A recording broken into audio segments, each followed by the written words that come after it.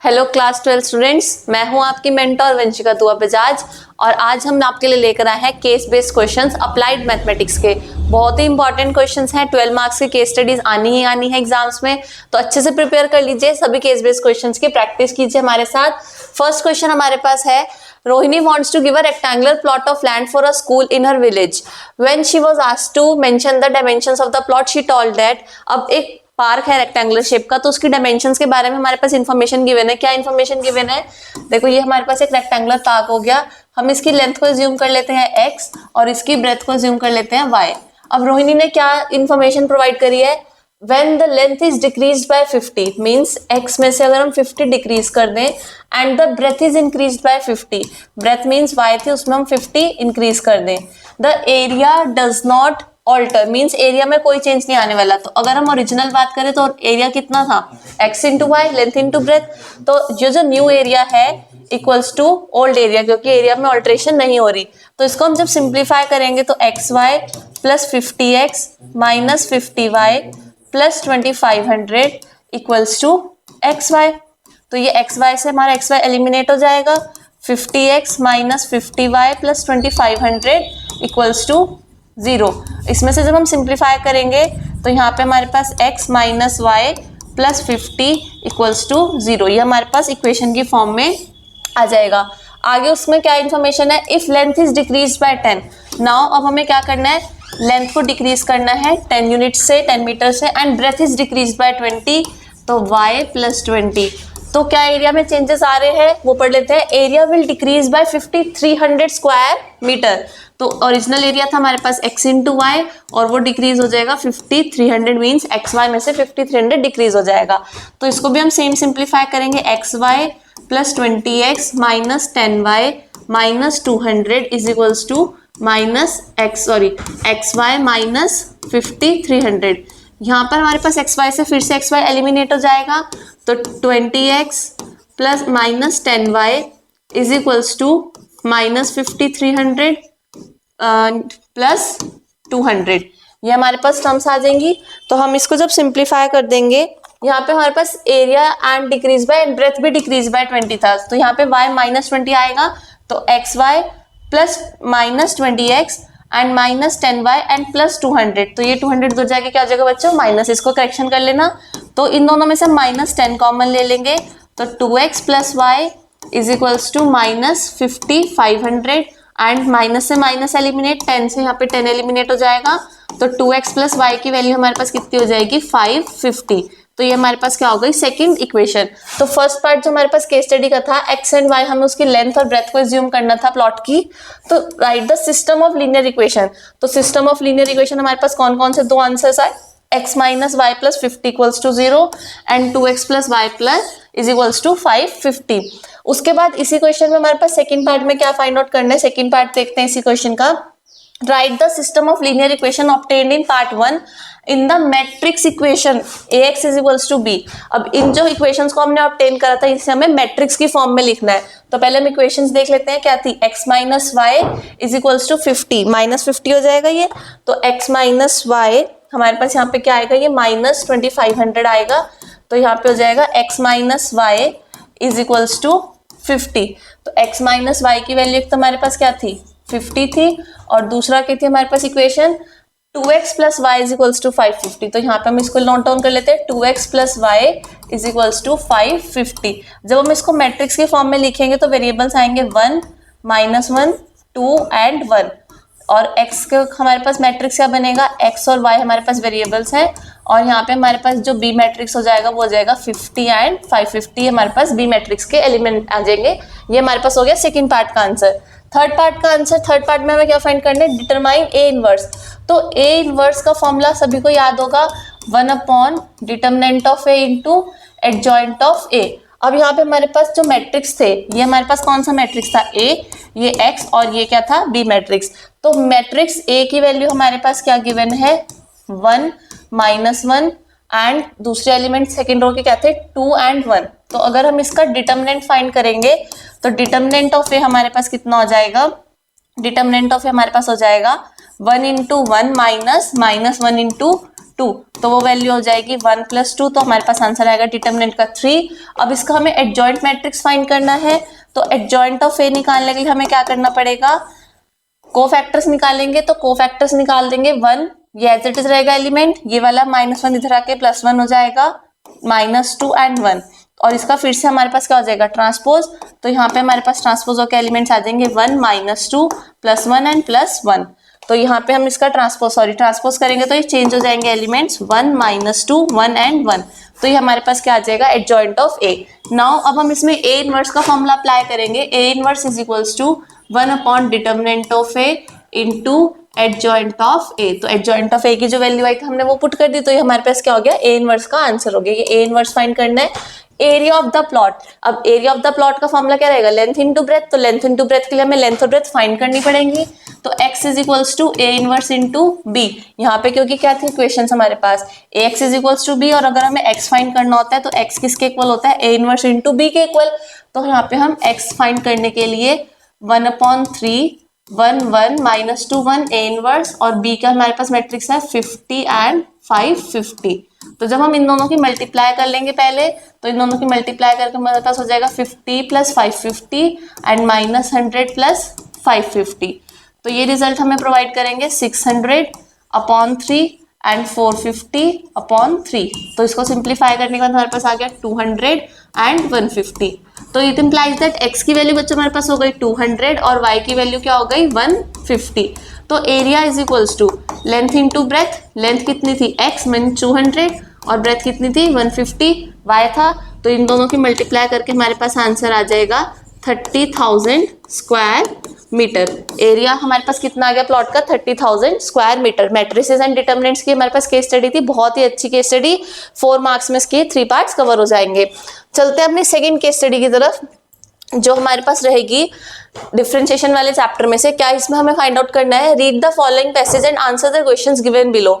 In an elliptical sports field the authority wants to design a rectangular soccer field with the maximum possible area.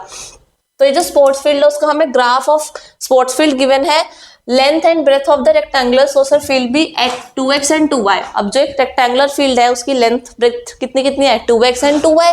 हमें find क्या करना है, area function in terms of x, तो x की terms में हमें area find करना है, तो पहले हम यहाँ पे क्या कर लेते हैं, इसको सिंप्लीफाई कर लेते हैं। y² / b² is equals to 1 - x² / a²। It implies that y² / b², इसमें हम एलसीएम ले लेंगे तो a² - x² / a², तो इट इम्प्लाइज दैट y² किसके इक्वल हो जाएगा b² / a², ब्रैकेट में a² - x²। तो यहाँ पे जब हम y की वैल्यू निकालेंगे तो स्क्वायर रूट हो जाएगा, तो स्क्वायर रूट करेंगे तो y किसके इक्वल हो जाएगा b/a √a² - x², क्योंकि ये दोनों टर्म में भी स्क्वायर था वो कट हो जाएंगे, और a² - x² वाली पूरी टर्म क्या हो जाएगी स्क्वायर रूट में हो जाएगी। तो ये तो बच्चों हमारे पास किसकी वैल्यू आई अभी फिलहाल y की।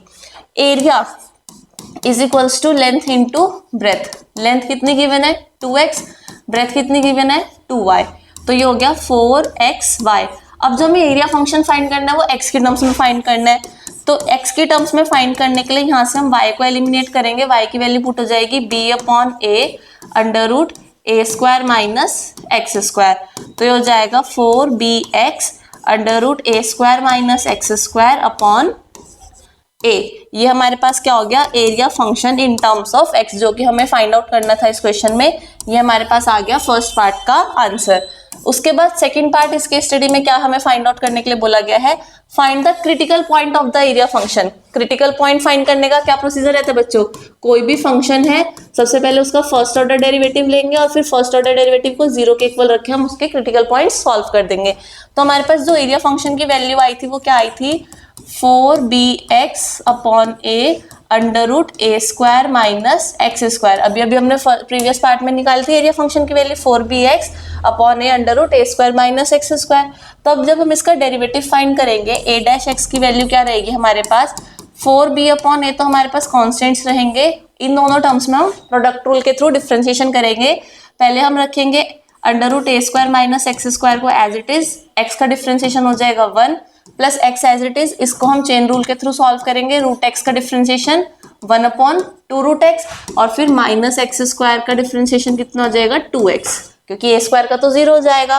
तो यहाँ पे हमारे पास सॉल्व करके टर्म बनेगी 4b अपॉन ए अंडर रूट ए स्क्वायर माइनस एक्स स्क्वायर। हम एलसीएम ले लेंगे यहाँ पर, ये 2 से 2 एलिमिनेट हो जाएगा। तो ये term A square minus x square and minus x square, ये दोनों एक्स की मल्टीप्लाई हो जाएगी। तो हमारे पास रिजल्ट आ जाएगा 4b ए square minus 2x square upon ए अंडर रूट ए स्क्वायर माइनस एक्स स्क्वायर। अब नाउ क्रिटिकल पॉइंट के लिए हमारे पास नेक्स्ट स्टेप क्या रहेगा कि जो डिफरेंशिएशन है, फर्स्ट ऑर्डर डिफरेंशिएशन, उसको हम रखेंगे 0 के इक्वल।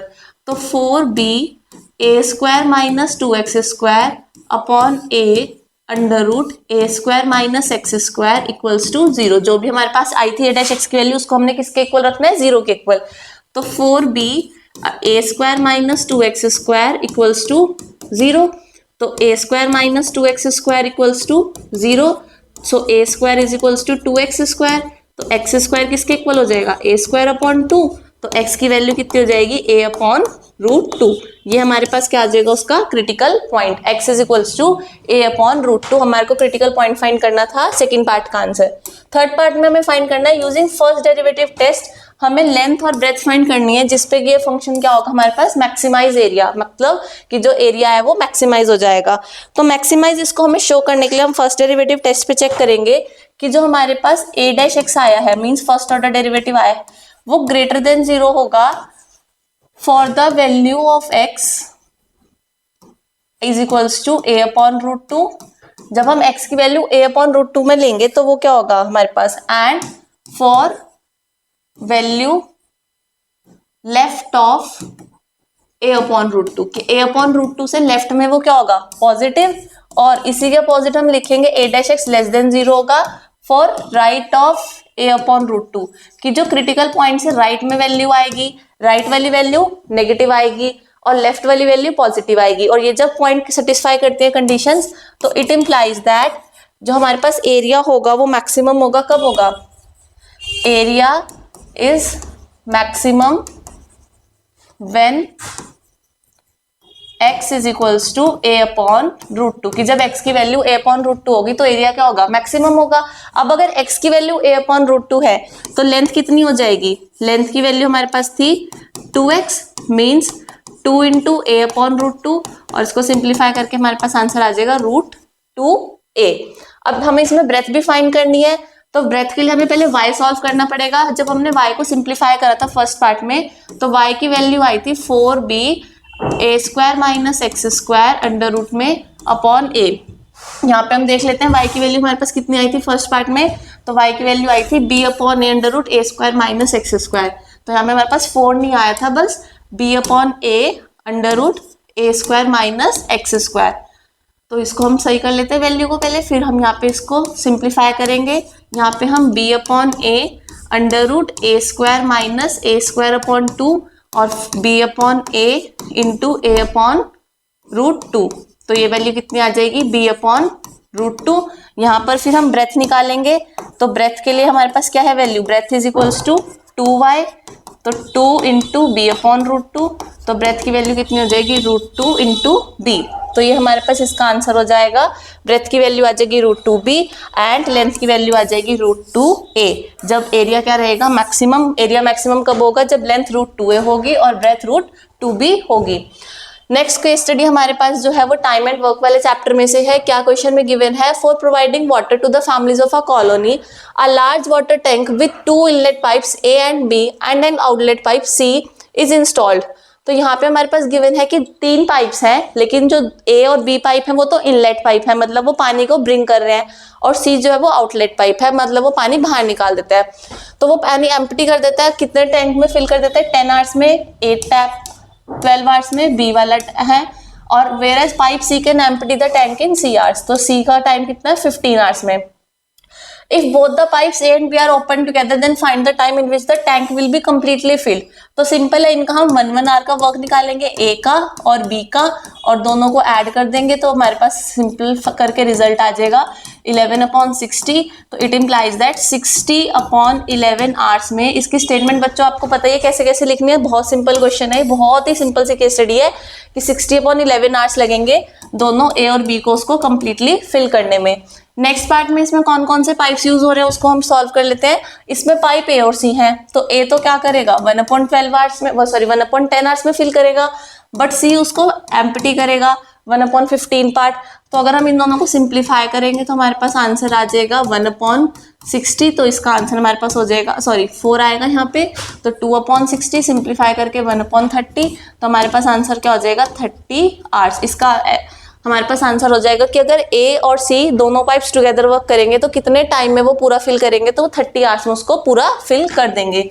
नेक्स्ट इसमें थर्ड पार्ट में क्या हमें फाइंड करना है, if all the 3 pipes are open together. अब तीनों पाइप्स ओपन कर दिए तो फर्स्ट वाले का हो जाएगा 1/10, सेकंड वाले का हमारे पास है 1/12 और थर्ड वाले का है 1/15, बट वो हम क्या करेंगे माइनस, क्योंकि वो कैसा पाइप है आउटलेट पाइप। इनका एलसीएम हम लेंगे 60, तो 6 + 5 - 4, तो ये हमारे पास आ जाएगा 7/60। और हमारे पास जो टाइम रहेगा ये तो हमारे पास क्या निकलेगा वर्क, तो वर्क से हम टाइम कैसे निकालेंगे 60/7 मीन्स 8 होल 4/7 आवर्स में वो तीनों टाइप मिलके, जो तीनों पाइप्स हैं मिलके वो कंप्लीटली उसको फिल कर देंगे। ये हमारे पास बहुत ही सिंपल और बहुत ही बेसिक केस स्टडी थी। अब हम चलते हैं अपनी नेक्स्ट केस स्टडी, जो कि हमारे पास कौन से चैप्टर में से है, प्रोबेबिलिटी। देखो बच्चों डिफरेंट चैप्टर्स की केस स्टडी, जो सबसे ज्यादा इंपॉर्टेंट चैप्टर है केस बेस्ड क्वेश्चंस के लिए, matrices and determinants, probability, linear programming, तो इन्हीं सब चैप्टर्स की केस स्टडीज हम आपके साथ आज यहाँ पे डिस्कस कर रहे हैं। तो हमारे पास प्रोबेबिलिटी चैप्टर में से क्या है, factory produces bulbs out of which 6% are defected in large bulb. तो 6% बल्ब्स डिफेक्टिव है, कितने बल्ब्स में से 100 बल्ब में से। Probability in a sample of 100 bulbs, तो हमारे पास नंबर ऑफ सैंपल्स कितने हो गए 100, और उसमें से हमारे पास पी प्रोबेबिलिटी उनकी डिफेक्टिव वालों की कितनी है 6% मीन 6/100, या इसको हम लिख सकते हैं 0.06, सॉरी 0.06। अब इसमें हमें फाइंड क्या करना है, सबसे पहले तो हम लैम्डा की वैल्यू फाइंड कर देते हैं। लैम्डा का फॉर्मूला हमारे पास रहता है n इंटू पी, तो 100 इंटू 0.06, तो हमारे पास वैल्यू आ जाएगी 6। लैम्डा की वैल्यू हमारे पास कितनी आ गई 6। उसके बाद हमें फाइंड करना है फर्स्ट पार्ट में none of the bulbs is defective, तो probability of x when x की वैल्यू क्या होगी हमारे पास 0। तो पॉइजन डिस्ट्रीब्यूशन का क्लियरली ये क्वेश्चन है। पॉइजन डिस्ट्रीब्यूशन का हम फॉर्मूला क्या लगाते हैं, e rays to the power minus lambda, lambda rays to the power k upon k factorial. अब now e rays to the power minus lambda means -6, lambda की value मेरे पास है 6 raised to the power k कितना हो गया 0, और upon में क्या आ गया 0 फैक्टोरियल। तो यहाँ पे 0.0024 वैल्यू हमें क्वेश्चन में प्रोवाइडेड है। 6 रेज़ टू द पावर 0 कितना हो जाएगा 1, और 0 फैक्टोरियल की वैल्यू भी कितनी हो जाएगी 1, तो 0.0024 हमारे पास फर्स्ट पार्ट का आंसर हो जाएगा। और बहुत इंपॉर्टेंट बात, 0 फैक्टोरियल की वैल्यू हमेशा 1 रहती है, कभी भी इसकी वैल्यू 0 मत डाल देना। तो बहुत अच्छे से समझ के करना है क्या क्या वैल्यूज हमें कहाँ पे पुट करनी है। इसी केस स्टडी का सेकंड पार्ट हमारे पास है, उसमें हमें फाइंड करना है that the sample space of 100 bulbs has exactly 2 defective bulbs. तो 2 डिफेक्टिव बल्ब्स में क्या हो जाएगा, probability of x is equals to 2। तो यहाँ पे हमें क्या फाइंड करना है, e rays to the power minus lambda, lambda rays to the power k upon k factorial. तो e rays to the power -6, 6 raised to the power 2 upon 2 factorial, तो ये हो जाएगा 0.0024 इंटू 36 अपॉन 2 फैक्टोरियल की value 2, इसको हम कर देंगे कट 18, और 0.00 हम 24 की कर देंगे मल्टीप्लाई, तो हमारे पास आंसर इसका आ जाएगा 0.0432। मल्टीप्लाई करके हमारे पास आ जाएगा probability when exactly 2 defective bulbs are there. Third part में चलते हैं। इसका थर्ड पार्ट में क्या फाइंड आउट हमें करने के लिए बोला गया है, note more than 1 defective bulb, कि जो डिफेक्टिव बल्ब्स के नंबर होने चाहिए वो 1 से लेस होने चाहिए, 1 से ज़्यादा नहीं हो सकते किसी भी कंडीशन में। तो कितने हो सकते हैं डिफेक्टिव बल्ब्स, 0 भी हो सकते हैं और 1 भी हो सकते हैं, बट 1 से ज़्यादा वाले हमें नहीं लेने। तो e rays to the power minus lambda, lambda rays to the power k कितना हो जाएगा 0, और upon 0 factorial, plus e rays to the power minus lambda, lambda rays to the power 1 upon 1 factorial. e rays to the power minus lambda हो जाएगा common दोनों terms में से, anything raised to the power 0 1, lambda rays to the power 0, और 0 factorial की value भी 1। ये तो टर्म हो गई कॉमन। लैम्डा की वैल्यू है 6 की पावर 1 अपॉन 1 फैक्टोरियल की वैल्यू कितनी हो जाएगी 1। तो e rays to the power -6 है ये हमारे पास, यहाँ पे हमारे पास 1 + 6, 0.0024 गिवन है क्वेश्चन में, और 1 + 6 कितना आ जाएगा हमारे पास 7, और मल्टीप्लाई करके हमारे पास आंसर आ जाएगा 0.0168 की प्रोबेबिलिटी हमें फाइंड करनी है जब एक से ज़्यादा बल्ब डिफेक्टिव नहीं होना चाहिए। चलते हैं इसी क्वेश्चन में। हमारे पास नेक्स्ट केस स्टडी का पैटर्न जो हमारे पास है वो केस स्टडी हमारे पास लगेगी लीनियर प्रोग्रामिंग चैप्टर में से। तो लीनियर प्रोग्रामिंग चैप्टर की केस स्टडी में क्या हमें फाइंड करना है, सबसे पहले तो इसमें हमें ऑब्जेक्टिव फंक्शन और कॉन्स्टेंट्स फाइंड करने पड़ेंगे। Factory manufactures tennis rackets and cricket bats. अब टेनिस रैकेट्स हैं और क्रिकेट बैट्स हैं, तो यहाँ पे हमारे पास दो टाइप के प्रोडक्ट हैं, एक तो हमारे पास हो गए टेनिस रैकेट्स और दूसरे क्या हो गए हमारे पास क्रिकेट बैट्स। हम यहाँ पे एक टैबुलर फॉर्म में सारी इंफॉर्मेशन को नोट कर लेते हैं ताकि हमें कॉन्स्टेंट्स बनाने में प्रॉब्लम ना आए। A tennis racket takes 1.5 hour of machine time, 1.5 hours of machine time tennis racket को मैन्युफैक्चर करने के लिए चाहिए, एंड 3 आवर्स ऑफ, यहाँ पे हमें गिवन है 1.5 hours of machine time and 3 hours of craftsmanship time. तो 3 आवर्स किसके लिए चाहिए, क्राफ्टमैनशिप टाइम के लिए। उसके साथ ही while the cricket bat make 3 hours of machine time, तो मशीन टाइम कितना चाहिए इसको 3 hours and 1 hour of craftsmanship, तो 1 आवर ऑफ यहाँ पे हम नोट कर लेते हैं क्राफ्टमैनशिप के लिए। In a day factory has availability of not more than 42 hours of machine time, कि जो टोटल मशीन टाइम सब दोनों प्रोडक्ट्स के लिए है वो कितना है, less than is equals to 42, कि 42 से ज्यादा टाइम अवेलेबल नहीं है। और क्राफ्टमैनशिप का टाइम कितना अवेलेबल है 24, तो ये जो क्राफ्टमैनशिप का टोटल टाइम होना चाहिए ये less than is equals to 24 होना चाहिए। प्रॉफिट कितना कितना है 20 rupees and 10 rupees respectively. Racket पे कितने रुपीज का प्रॉफिट है 20 रुपीज का। यहाँ पे हमारे पास प्रॉफिट गिवन है कि 1 रैकेट पे 20 रुपीज प्रॉफिट अर्न हो जाता है और यहाँ पे 10 rupees profit on a cricket bat. तो इस इंफॉर्मेशन के बेस पे हमें क्या फाइंड करना है, x and y are the numbers of bats, तो बैट्स के नंबर कितने हैं एक्स एंड रैकेट्स के नंबर कितने हैं y. Find the expression of the total profit, तो टोटल प्रॉफिट कितना हो जाएगा, तो ऑब्जेक्टिव फंक्शन भी हम इसको कह सकते हैं टोटल प्रॉफिट के लिए। देखो 1 बैट पे 10 रुपीज का प्रॉफिट है, एक्स बैट्स मैन्युफैक्चर हो रहे हैं तो कितना प्रॉफिट हो गया 10x, प्लस 1 रैकेट पे 20 रुपीज का प्रॉफिट है, y रैकेट्स प्रोड्यूस करे तो कितना प्रॉफिट हो गया 20y। और यही हमारे पास फर्स्ट पार्ट का आंसर हो गया कि टोटल प्रॉफिट फंक्शन क्या बनेगा 10x प्लस 20y। अब इसका सेकंड पार्ट डिस्कस करते हैं। सेकंड पार्ट में हमें क्या फाइंड करना है, constant that relates the number of craftsmanship. तो कांस्टेंट्स हम इसके प्रीवियस स्लाइड्स पर ही नोट करते हैं कि 1.5 आवर 1 रैकेट के लिए चाहिए, तो x रैकेट्स के लिए y रैकेट्स के लिए कितना टाइम चाहिए 1.5y, एंड 3 आवर्स 1 बैट के लिए चाहिए तो x के लिए कितना चाहिए 3x। तो टोटल टाइम ये कितना हो गया 3x प्लस 1.5 है। मशीन टाइम की अगर हम बात कर रहे हैं तो ये जो मशीन टाइम है ये कितना होना चाहिए less than is equals to 42। इसमें से हम 1.5 कॉमन अगर ले लेंगे तो हमारे पास टर्म्स बचेंगी 2x plus y less than is equals to 42, और 1.5 का उधर हम डिवीजन में ले जाएंगे तो ये जाएगा 42 अपॉन 1.5।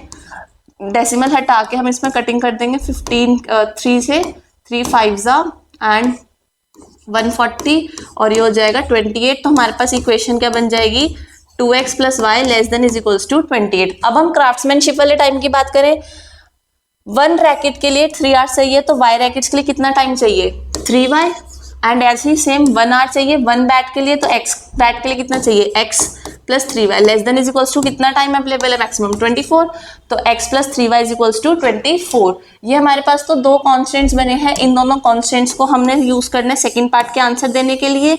और इसी के साथ हमारे पास जो कॉन्स्टेंट्स बनेंगे कि x and y greater than equals to 0, क्योंकि x और y क्या है number of rackets and number of bats, तो वो नॉन नेगेटिव ही होंगे, तो नॉन नेगेटिव होंगे तो हम उसको किससे रिप्रेजेंट करेंगे x plus y greater than equals to 0।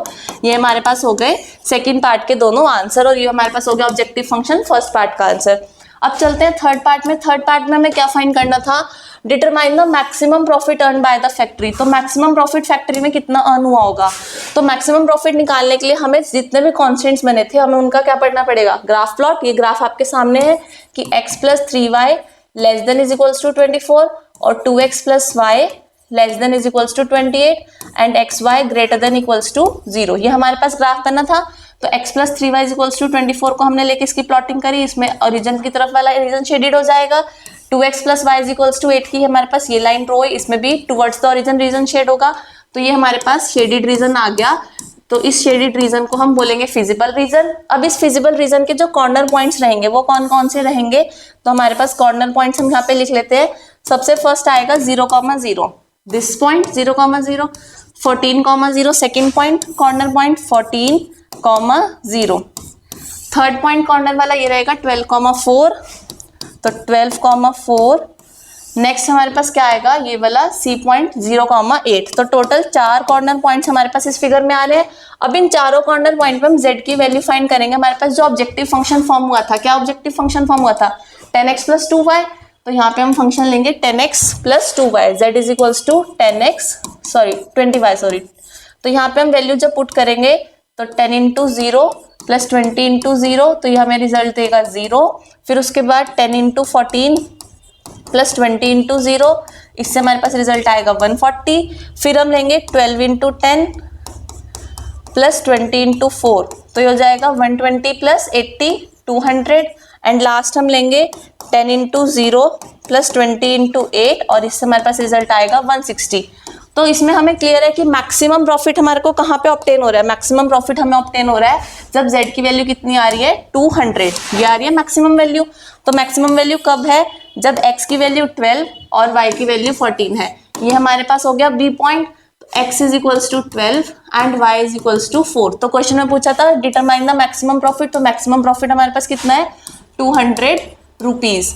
And number of bats and rackets respectively, तो बैट्स को हमने किससे रिप्रेजेंट करा था, x से, तो वो हमारे पास हो गए 12, और नंबर ऑफ रैकेट्स कितने हो गए, 4। 12 एंड 4 का कॉम्बिनेशन है कि जहां पे हमारे पास प्रॉफिट क्या है, मैक्सिमाइज है।